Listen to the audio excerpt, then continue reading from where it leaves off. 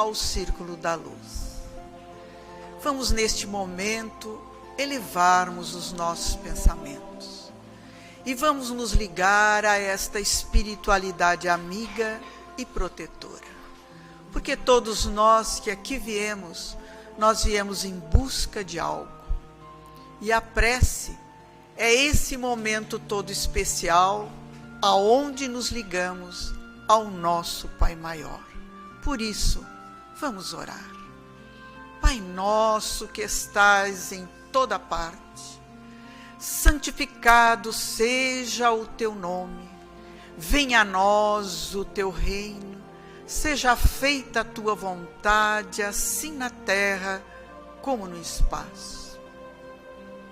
O pão nosso de cada dia, dá-nos hoje. Perdoa as nossas dívidas, assim como nós perdoarmos aos nossos devedores. E não nos deixes, Pai, cair nas tentações. Livra-nos de todos os males, pois teu é o reino, é o poder, é a glória para sempre. Que assim seja. Em nome de Deus, de Jesus, da cúpula espiritual do Círculo da Luz, nós damos por aberto os trabalhos de desobsessão coletiva da noite de hoje. Ainda envoltos na prece, vamos mentalizar os nossos lares e todos aqueles irmãos que conosco lá convivem.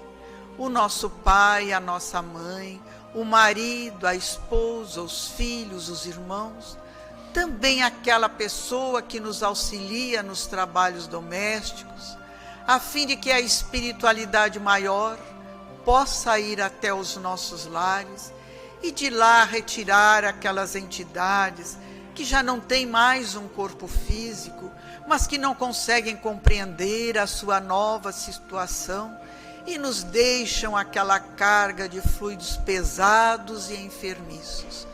Que esses irmãos possam ser levados no trabalho lá embaixo, onde os médiuns estão reunidos, a fim de que possam ser assistidos, doutrinados, esclarecidos e levados ao plano espiritual.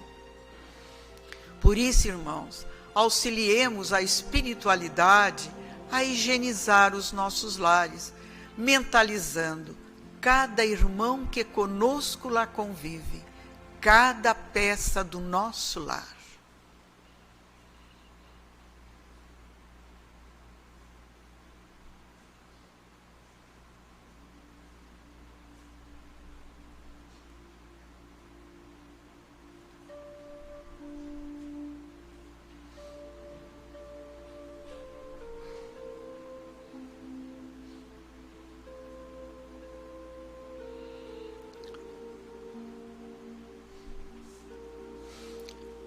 Senhor, tu mesmo disseste que onde estivessem reunidas 2 ou mais pessoas em teu nome, ali estarias.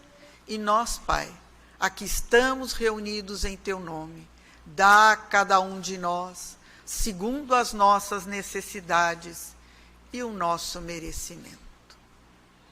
Nós vamos então passar a leitura do Evangelho, do capítulo 8º, Bem-aventurados os puros de coração, verdadeira pureza e mãos não lavadas. Então os escribas e fariseus que tinham vindo de Jerusalém aproximaram-se de Jesus e lhe disseram: por que violam os teus discípulos a tradição dos antigos, uma vez que não lavam as mãos quando fazem suas refeições?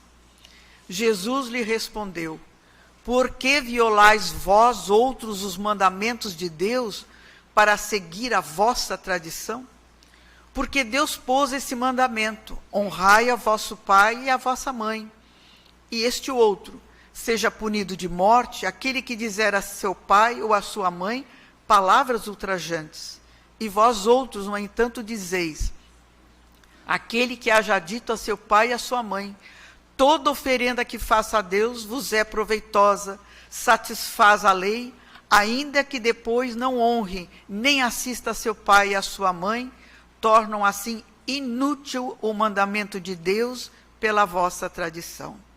Hipócritas, bem profetizou de vós Isaías quando disse: este povo me honra de lábios, mas conserva longe de mim o coração.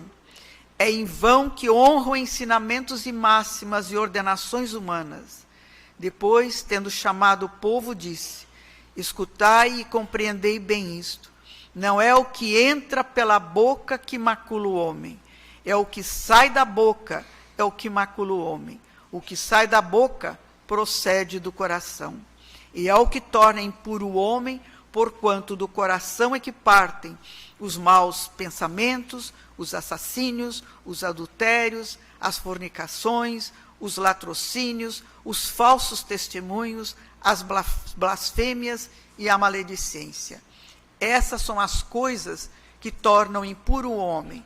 Comer sem haver lavado as mãos não é o que torna impuro. Então, aproximando-se dele, disseram os seus discípulos: sabeis que, ouvindo o que acabais de dizer, os fariseus se escandalizaram? Ele, porém, respondeu: arrancada será toda a planta que o meu Pai Celestial não plantou. Deixai-os, são cegos que conduzem cegos. Se um cego conduz outros, caem ambos no fosso. Isso está em Mateus capítulo 15, versículos de 1 a 20. Os judeus, eles desprezavam, os mandamentos de Deus e se aferravam àqueles que eram instituídos pelos homens. Para eles, era mais fácil a prática exterior do que a reforma moral.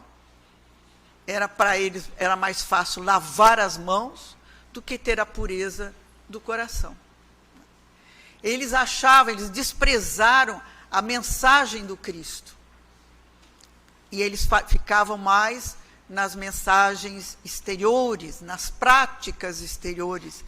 E eles achavam que a salvação estava nas práticas exteriores.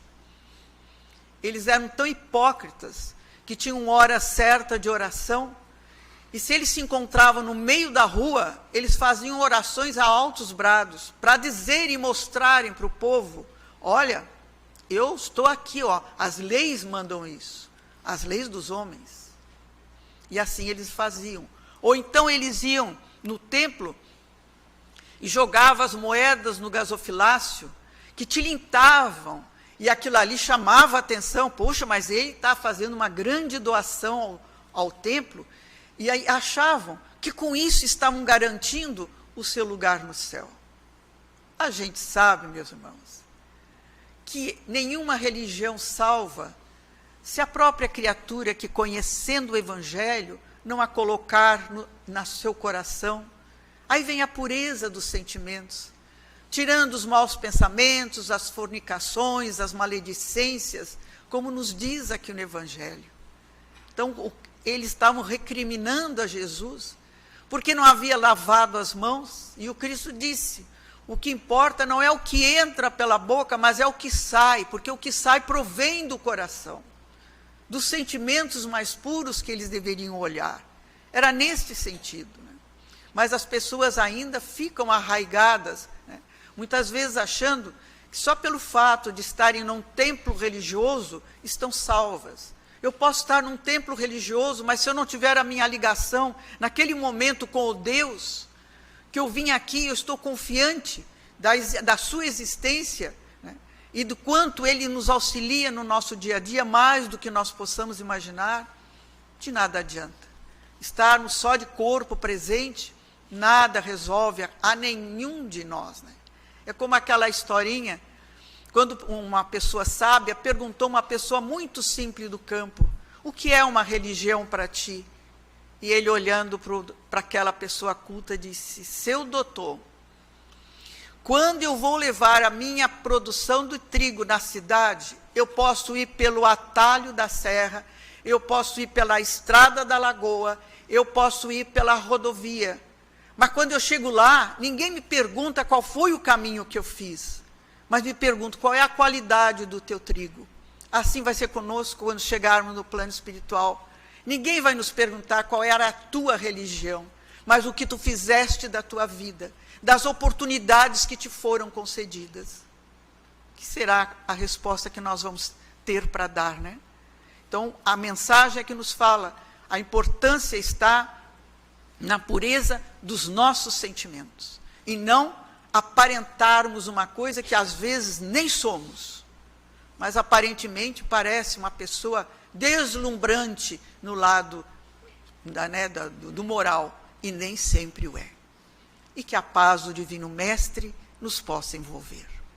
A exposição da noite está a cargo da nossa irmã Daniela Piacentini. Ela é do Centro Espírita Emmanuel, da cidade de Uruçanga. Vamos vibrar para que ela encontre facilidade no tema que preparou para todos nós na noite de hoje.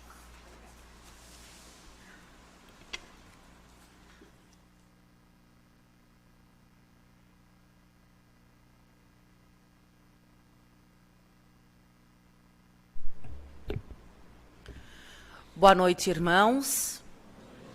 É com imensa gratidão que retornamos a esta casa de oração para trabalhar no seara de Jesus, do amor, do Evangelho, trazendo uma mensagem para todos os educadores que aqui se encontram.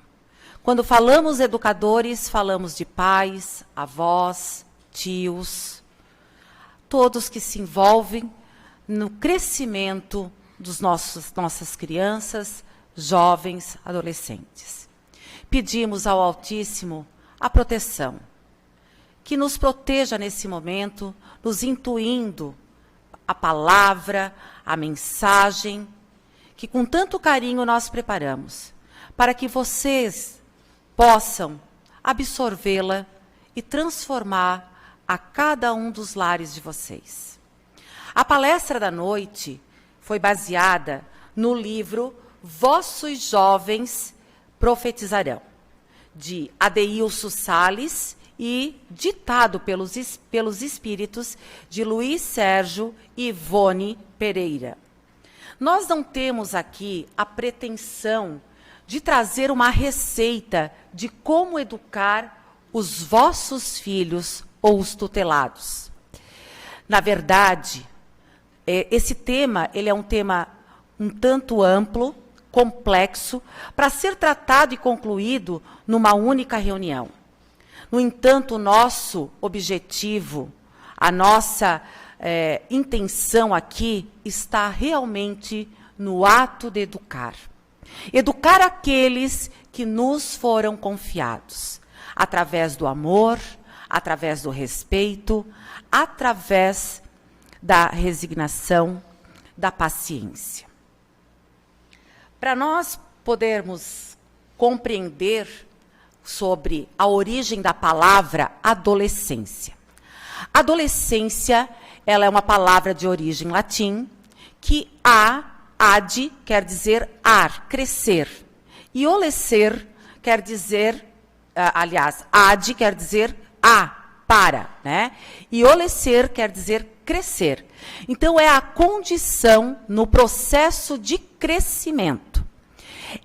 Através compreendendo o significado desta palavra, nós podemos entender que é uma fase da vida onde estamos aptos a crescer. E muitas vezes este crescimento, ele dói. Crescer dói. Devido às grandes transformações físicas e psíquicas. Conforme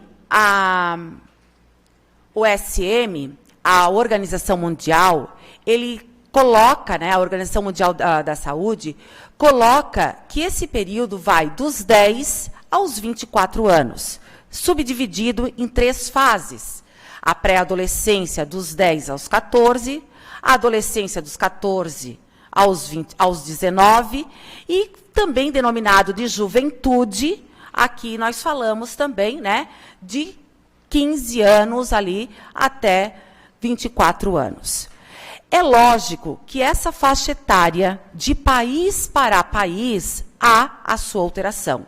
Por exemplo, no caso do nosso país, o Brasil, que está em vigência o ECA, o Estatuto da Criança e do Adolescente, que é a legislação que protege as nossas crianças e adolescentes, desde a década de 90, tem como faixa etária a adolescência dos 12 aos 18 anos. Aos 18 anos, onde já é maior de idade, se torna maior de idade. Então, dito isso, meus irmãos, compreendido o sentido de adolescência, que é um período de crescimento, e que esse crescimento, ele traz, muitas vezes é marcado por dores, é que nós elencamos 3 objetivos para serem trabalhados na noite de hoje. Caracterizar os conflitos existentes na adolescência, desmistificando o antigo conceito de aborrecentes, rebeldes, ou vulgo popular, como a gente muitas vezes costuma dizer e ouvir, a fase da caatinga. Né?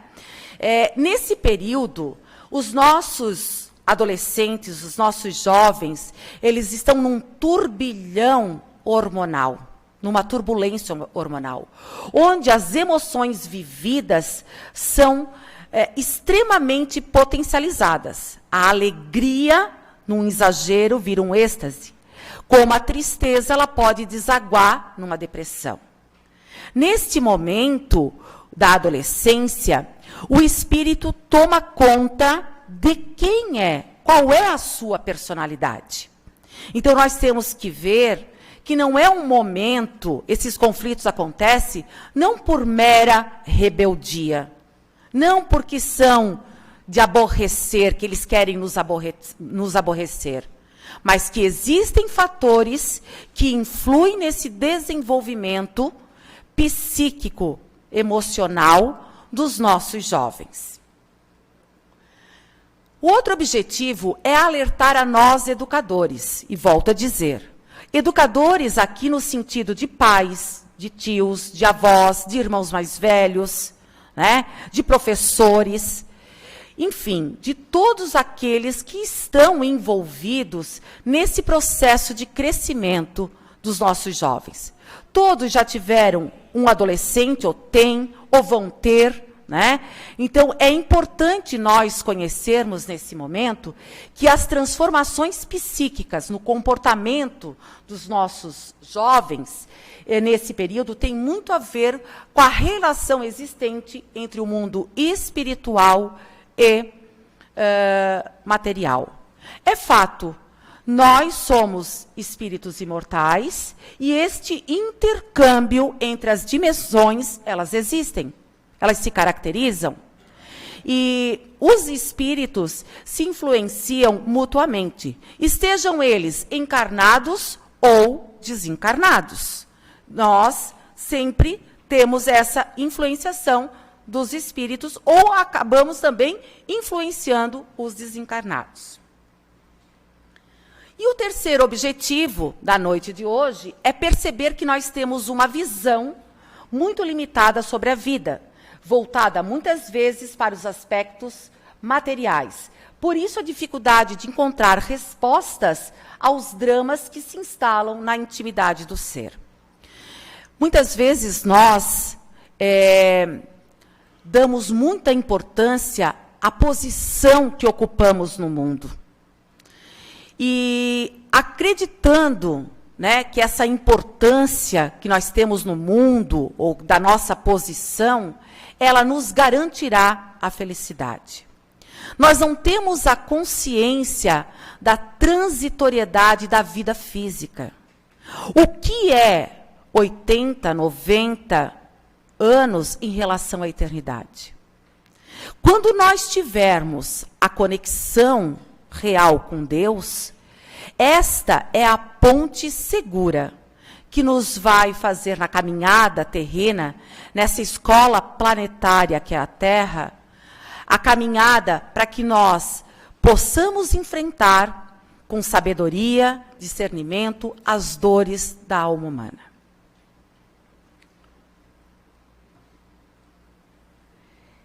E como mãe, tendo 2 filhas jovens, e há mais de 20 anos atuando na área da educação, sendo professora, esse assunto vem me despertando muita curiosidade e muito interesse. A gente tem vivenciado momentos no ambiente escolar aonde esses jovens chegam com os seus conflitos domésticos e eles querem extravasar esses conflitos domésticos em sala de aula, no ambiente escolar. A mutilação, ela se dá em casa e se dá nos banheiros das escolas. Muitas vezes, alguns irmãos podem até pensar, mas isso tudo é um modismo. E pode ser mesmo. Mas na grande maioria das vezes, é um grito de socorro, é um pedido de ajuda, é uma dor, é um sofrimento que está instaurado no coração desse jovem. A desagregação familiar é real. A família, nesses tempos atuais, está perdendo o valor, os seus valores e a própria referência para a criatura humana. A desagregação familiar, ela vem, né, por conta desse mundo aonde o materialismo, os prazeres ilusórios são de imediatos. Muitas vezes, pais, filhos, para minimizar a dor, né, esses conflitos domésticos, o que eles fazem? Se entregam ao materialismo, porque não conseguem encontrar respostas, sem perceber que são nas mínimas coisas, que são nos valores, nas atitudes diárias, no interesse pelos filhos, é que nós conseguimos encontrar, né, o equilíbrio e a paz espiritual que tanto nós almejamos. Também, se nós olharmos, cada vez mais cedo, os nossos jovens estão se entregando ao sexo. Isso por quê? Porque vivemos numa sociedade que erotiza, porque nós vivemos numa sociedade que trata esse assunto com muita banalidade. E o que nos falta é diálogo franco, é orientação, é uma educação esclarecedora e não castradora. Uma educação esclarecedora aonde nós possamos colocar aos nossos tutelados a questão da responsabilidade deste ato. De que não é apenas o ato prazeroso do prazer por prazer, mas o ato da responsabilidade, do que pode, as consequências que podem colher com um ato impensado, com só um momento instantâneo de explosão hormonal.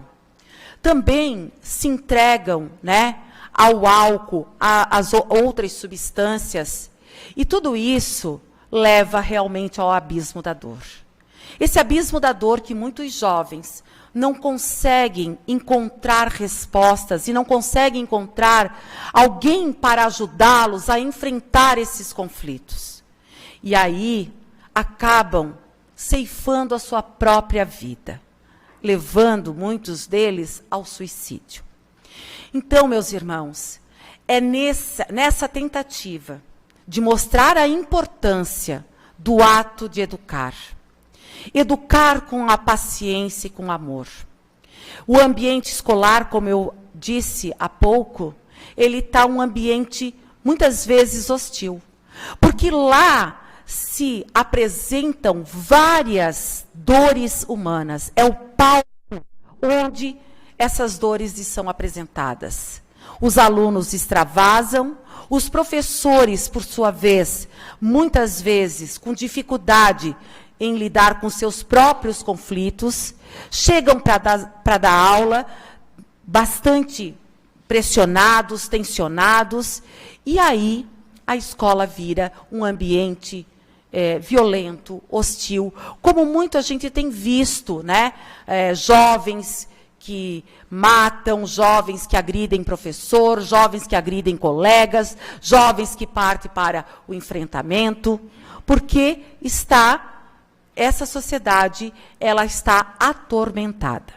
Muitas vezes, na condição de professora, eu tive vontade de pegá-los e colocar no meu colo. E tentar diminuir essa dor. Mas muitas vezes é impossível. É impossível, porque foge da questão, né, de escola. Está muito mais além, está numa questão familiar. Mas, então, como é que nós podemos ajudar a esses jovens? De que forma que a gente pode, né, amenizar essa dor? Com muito respeito, com muito carinho, com muita paciência, com muito amor. Por isso, meus irmãos, é importante nós investirmos nessa seara infanto-juvenil. É importante nós trabalharmos com afinco, seja no nosso lar, seja nas casas espíritas, seja nas escolas. Porque é desta lavoura que nós podem brotar frutos para uma sociedade mais evangelizada, para uma sociedade mais justa. E nós não podemos desconsiderar alguns fatores que são extremamente importantes e que influenciam no desenvolvimento dos nossos jovens. Diz no livro, né, na página 8, diz o seguinte: na delicada fase da puberdade, a independência emocional se evidencia. Nós chamamos o quê? A explosão hormonal, né? Nesse momento, os jovens os adolescentes recebem uma carga hormonal muito grande, onde traz muitas, podemos dizer, onde traz muitas transformações físicas e também transformações cerebrais no seu cérebro, certo? E isso vai também transformando o comportamento dos garotos e das garotas. Nós também percebemos que neste momento, tá, dessa explosão hormonal, ele descobre o prazer. E ao descobrir o prazer, ele acaba rompendo com os laços da infância. E a maneira dele contemplar o mundo, agora, não é mais dentro daquela visão paterno-maternal. Ele começa a descobrir no seu próprio corpo prazeres, ele começa a tornar-se, a individualizar-se e a tornar, né, independente emocionalmente, querendo, então, a sua autoafirmação. Também, um segundo fator é que o adolescente experimenta conflitos entre aquilo que lhe foi ensinado. Chamamos de herança educativa. Aquela herança que vem desde o berço. Nesse momento, os jovens, os adolescentes começam a perceber a discrepância entre o discurso feito pelos pais e o comportamento. Eles começam a fazer juízo de valores das nossas atitudes. Por exemplo, vamos lá. Tem um menino lá, um garoto de 18 anos, já tem a carteira, né, sabe dirigir, pede o carro. E aí o pai, a mãe, enfim, os responsáveis, dizem o seguinte: olha, meu filho, você vai para a balada, você vai se divertir, tudo bem, mas tenha cuidado com o carro, não beba, né, porque tu estás dirigindo, as leis do trânsito são severas, tem a responsabilidade, pode machucar alguém, pode se ferir, enfim, não beba. Ok, esse é o discurso dos responsáveis. Mas num dado momento, sem se perceber, os responsáveis vão numa festa, junto com seus filhos, e lá eles bebem e dirigem. Então eles percebem nitidamente que a fala não condiz com a atitude. Ora, se o pai, se a mãe beberam, estão num estado de felicidade que é bom, que é prazeroso, mesmo que momentâneo, por que eu não posso beber e dirigir? Não aconteceu nada. Então eles começam a contestar algumas atitudes. Então aí se dá o conflito começa o conflito, nesse contexto, começa o conflito no nosso lar. E um terceiro fator é o que traz as suas experiências reencarnatórias. Que ele traz as suas experiências reencarnatórias, ou seja, as suas lembranças do passado. Ele traz uma biografia reencarnatória. Aliás, todos nós, ao longo de séculos, nós estamos escrevendo a nossa história. E dentro da nossa estrutura psicológica, nós trazemos de vidas passadas as nossas aptidões, as nossas habilidades, as nossas tendências, viciosas ou não. É fato que a gente esquece, né? Na concepção a gente esquece. Que bom, porque isso é uma dádiva de Deus, um presente que Deus nos dá, o esquecimento. Mas essas tendências, essas aptidões, elas estão impressas em nós. E quando a gente reencarna, nós não reencarnamos do zero. Nós temos a nossa história, nós temos a nossa biografia reencarnatória. E por isso, meus irmãos, que muitas das escolhas do hoje, do agora, têm relação com tendências de vida passada. Muitas vezes a gente vê uma predisposição de pessoas para o álcool, porque talvez em outras vidas foram vencidos por esse álcool. Uma predisposição para o sexo, porque em outras vidas foram vencidos pelos prazeres mundanos. Então, todas as escolhas atuais, elas têm relação com as nossas lembranças e as nossas vivências de vida passada.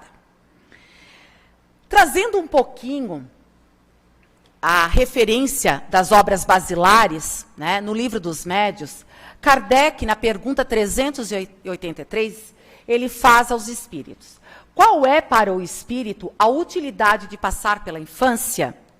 E aí a resposta é: encarnando-se com o fim de se aperfeiçoar, o espírito é mais acessível durante esse tempo às impressões que recebe e podem ajudar seu adiantamento, para o qual devem contribuir os que estão encarregados na educação.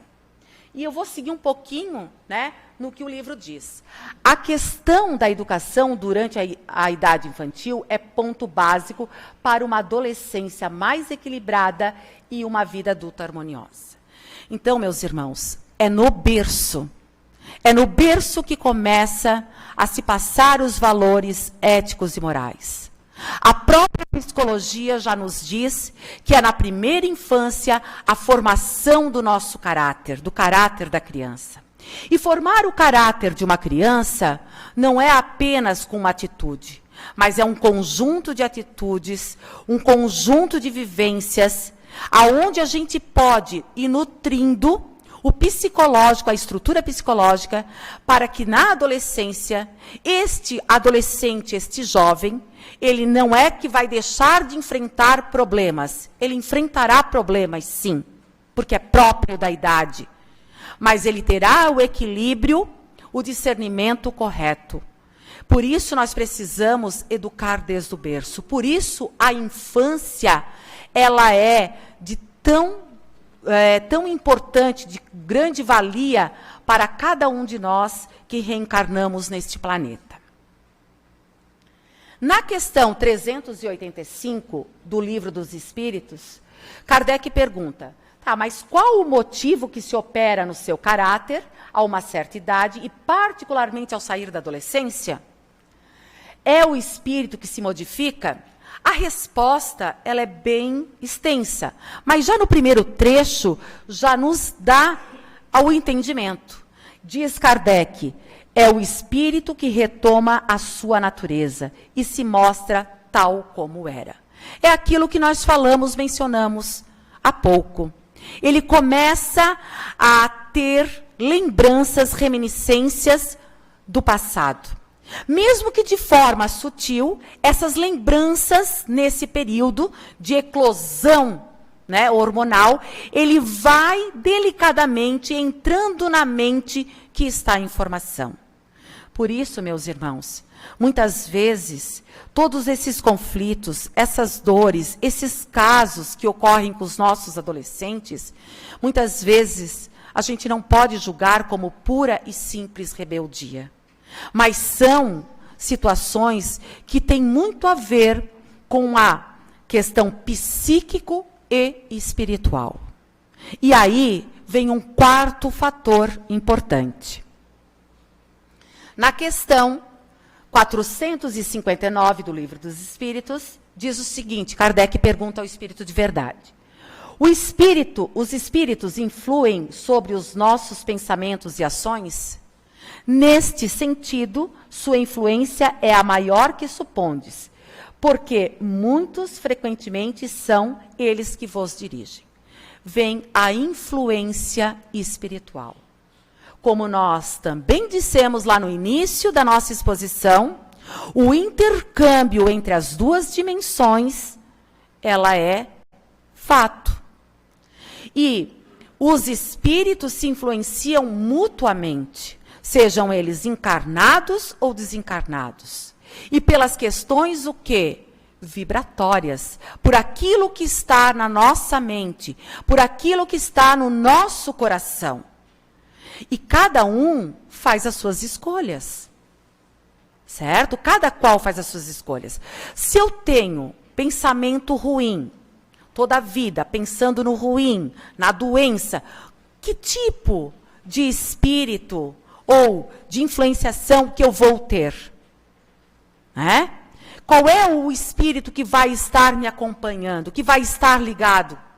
Aquele espírito de tristeza, aquele espírito que ainda não tem todo o esclarecimento, que ainda te intui, né, ao automedicamento.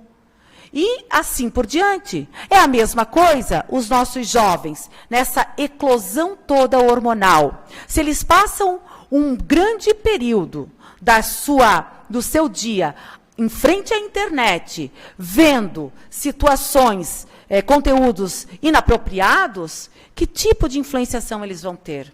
Que tipo de pensamento vão os levar?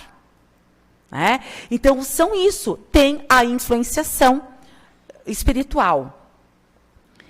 E existem garotos e garotas médios por todo canto, por todo lado, por todos os lugares. A mediunidade, ela se manifesta em todos os lugares. Nos lares, nas escolas, nas baladas, nos ginásios de esporte, enfim, em todos os lugares. A mediunidade é algo natural. É algo que muitas vezes vem carregado ou de dores ou de alegrias. Negar a mediunidade infanto-juvenil é realmente negar um aprendizado na doutrina espírita. É negar o desenvolvimento desses jovens. Isso porque Allan Kardec, na outra obra basilar, que é o Livro dos Médiuns, ele esclarece o seguinte: todo aquele que sente, num grau qualquer, a influência dos espíritos, é por esse fato médium. Essa faculdade é inerente ao homem, ela nasce conosco. Não constitui, portanto, um privilégio exclusivo. Então, vejam, essa faculdade, ela nasce conosco. Ela não é exclusiva de um ou de outro, é de todos nós. É fato que muitos de nós passamos uma encarnação inteira sem nos dar conta de nossa mediunidade, sem nos dar conta dessa faculdade. Mas ela se manifesta em todas as idades, qualquer período da vida. Quem é que já vivenciou, lá na tenra idade, a criança que conversa, que fala, está sozinha, mas ela conversa, ela fala, ela responde, E aí a gente, meio que na ignorância, né? Costuma-se dizer que é o amigo invisível, na meio que ignorância acha que tudo é imaginário, o amigo imaginário. Foi por este amigo imaginário que há 20 anos atrás eu entrei no centro espírita, em busca de respostas. Por quê? Porque minha filha mais velha, hoje, né, ela tinha a amiga, e a amiga tinha nome, e elas conversavam direto. E eu me incomodei com essa situação, até um pouco amedrontada, porque ouvia coisas, a gente ouvia falar, mas não tinha o esclarecimento. E o que acontece? Né? Ela dizia, pequena, tinha 3 anos de idade, ela dizia, ô mãe, a minha amiga, a Lilith, ela fica muito triste quando tu briga com ela, quando tu manda ela embora. E foi por essa razão que eu fui buscar um centro espírita, em busca de resposta. Lá na adolescência, como eu tenho outra, muitas vezes, quem é que já não viu o adolescente dizer que escuta vozes, que escuta, vê vultos, né? Muitas vezes cheguei em casa, vejo a minha mais nova deitada, chorando. O que houve? O que aconteceu? Aconteceu alguma coisa na escola? Com os amigos? Não, não é nada, mãe, só estou com vontade de chorar. Algo que me surgiu agora, uma lembrança forte da avó. Então, ou seja, isso é uma manifestação mediúnica. Quem é que já não viu lá, né, na fase adulta, muitas vezes já os idosos, que no leito, às vezes, né, na sua enfermidade, no leito de morte, veem os entes queridos que já partiram. Então, a mediunidade, ela se manifesta a qualquer idade. E são raras as pessoas que não possuem um elemento básico dessa mediunidade, mesmo que rudimentar. Muitas vezes ela não se manifesta, não se revela para todos a mesma maneira. Alguns sentem um calafrio, outros sentem, né, uma sensação ruim, um sono, um cansaço. Outros, né, sentem um cheiro de flor. Então ela vai se diversificando. Então nós não podemos negar que a influenciação dos espíritos e a mediunidade são outros fatores que se predispõem também no desenvolvimento dos nossos jovens. E eles sofrem muito com isso, porque eles pensam que estão ficando malucos. Como é que eu vou dizer que eu estou vendo vozes? Como é que eu vou dizer que eu estou vendo vultos? É fato, nós precisamos entrar no coração desses jovens. E também entrar no coração dos pais. Porque muitas vezes nós não temos respostas para dar aos nossos filhos. E se nós percebermos, Jesus, quando nos fala de vida, ele fala com amor, ele fala com respeito, ele fala sem discriminação, sem julgamento. E nós ainda estamos muito longe de ter uma educação, de proporcionar uma educação esclarecedora. Nós ainda somos preconceituosos, passamos uma educação castradora. O educador, ele precisa olhar além das limitações materiais para enxergar muitas vezes no silêncio o pedido de ajuda que está preso na garganta. É importante treinar os ouvidos para ouvir as angústias silenciosas que gritam no coração dos nossos filhos. Muitas vezes eles estão lá, quietos. Ele gosta de ficar isolado no quarto. Cuidado. Às vezes esse isolamento social, familiar, doméstico, é um grito de socorro. Passamos a perceber mais esses nossos jovens. O relacionamento familiar, eles são extremamente complexos e guardam os seus caminhos, as ligações entre todos os membros. Nada se dá ao acaso, nenhum fato é irrelevante em se tratando de espíritos imortais. Sabemos que os lares são oficinas, onde lá se reúnem espíritos que são afins pelo amor, né? Pelo amor, pela simpatia, ou para lições preciosas. Lições essas que muitas vezes são dolorosas. E na condição hoje de pais e mães, avós que a gente tem, independente da nossa condição, que hoje nós estamos nessa escola planetária, nós temos que entender que quando a gente tem um ou mais, mais que um filho, nós temos que entender que a gente presume que a educação tem que ser igual para todos. É lei do engano, porque a reencarnação, ela nos mostra que cada um de nós, espíritos, estamos num grau de evolução diferente. E dentro dos nossos lares também é assim. Portanto, para cada filho, há necessidade de traçar uma ação educativa conforme as suas necessidades psicológicas, conforme o seu amadurecimento, a sua evolução espiritual. Há aquele que precisa ter mais rigidez, mais limites, aqueles que precisam de mais autoconfiança, mais encorajamento, mais independência, mais diálogo. Então, cada um tem uma forma, né, de que a gente precisa educar, precisa suprir essas necessidades psicológicas. A ausência de muitos pais é um outro fator, né, que combinado a tudo aquilo que nós já conversamos, é de grande desastroso, podemos dizer. A ausência dos pais é muito desastrosa quando não tem o interesse pela vida do seu filho.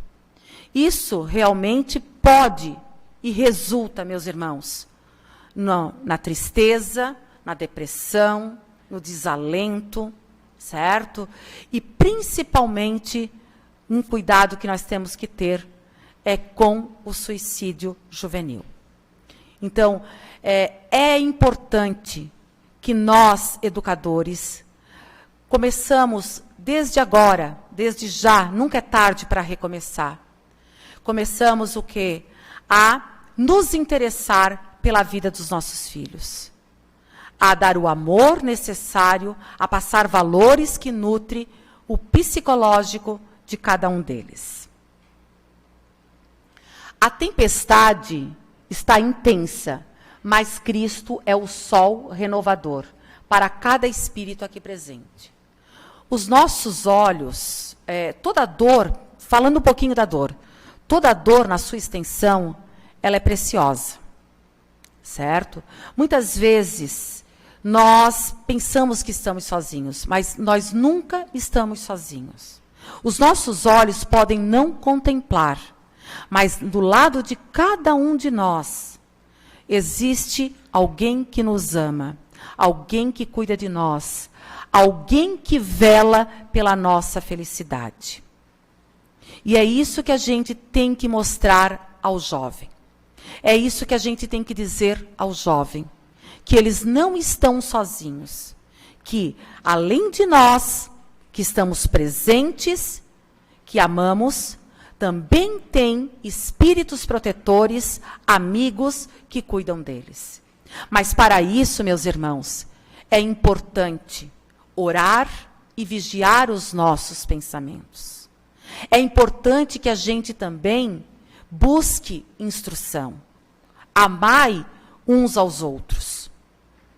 Isso encaminhando, né, encaminhando para a mensagem final, gostaria de deixar um trecho aqui aos jovens. Mas não só aos jovens, a todos os que participam dessa assembleia.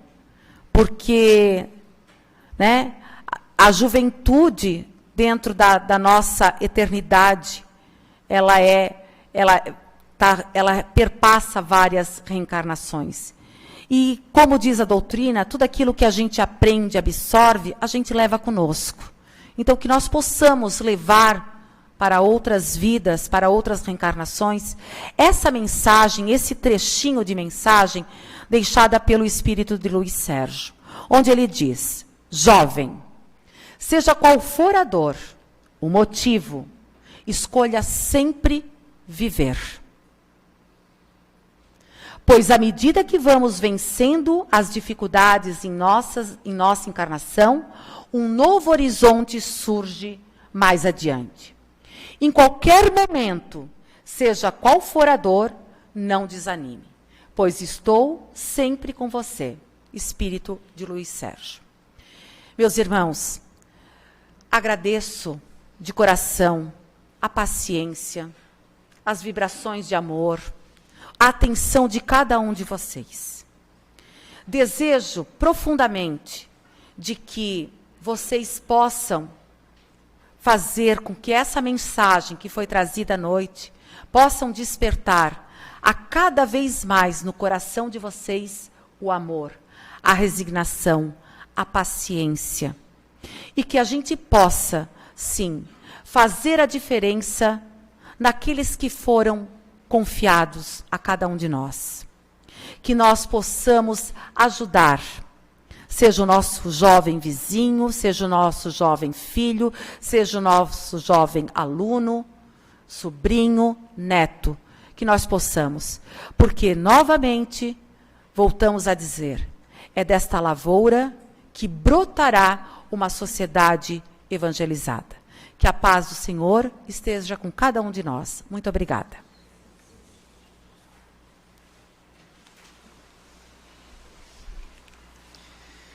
Agradecemos assim a nossa irmã Daniela pela mensagem da noite, que muito nos esclareceu, e que só temos mesmo a agradecer a ela e que Jesus a abençoe. E vamos então pedir pela magnetização das nossas águas, que as energias salutares possam recair sobre elas, aonde possamos restaurar o nosso corpo físico e o nosso corpo espiritual. Pedimos também pelos nomes que se encontram nas urnas, de encarnados e desencarnados, pelos irmãos que se encontram num leito de um hospital, nos presídios, pelas crianças ao abandono, pelos idosos, por aqueles que vivem nas sarjetas da vida, por aqueles que ainda estão a vibrar no erro, nos vícios, no mal, no tóxico, por aqueles que perderam seu ente querido, que a bondade infinita do alto possa envolver a todos estes irmãos neste momento, recebendo eles de acordo com as suas necessidades e o seu merecimento. E nós, Senhor, que aqui estamos na Tua casa de amor, conhecendo a Tua mensagem, tentando colocá-la nas nossas vidas. Volta e meia tropeçamos, mas sentimos a Tua mão amiga a nos erguer, porque Tu sempre estás conosco. E vamos então, neste momento, nos prepararmos para o passe. O passe é transfusão de energias, onde a espiritualidade amiga superior envolve a cada um de nós neste momento. Vamos sentir como uma luz a penetrar todo o nosso ser, a entrar pelo nosso centro coronário, reabastecendo todos os nossos centros de força. Porque o momento do passe é o momento de amor do nosso Pai para conosco. E unidos que aqui estamos, num só sentimento e num só coração, a Ti elevamos, Senhor, nossa prece de gratidão. Pai nosso que estais em toda parte, santificado seja o Teu nome. Venha a nós o Teu reino, seja feita a Tua vontade, assim na terra como no espaço. O pão nosso de cada dia dá-nos hoje, perdoa as nossas dívidas, assim como nós perdoarmos aos nossos devedores. E não nos deixes, Pai, cair nas tentações. Livra-nos de todos os males, pois Teu é o reino, é o poder, é a glória para sempre. Que assim seja. Em nome de Deus, de Jesus, da cúpula espiritual do Círculo da Luz, nós agradecemos a proteção e damos por encerrados os trabalhos de desobsessão coletiva da noite de hoje. E uma boa noite a todos. Muito obrigada.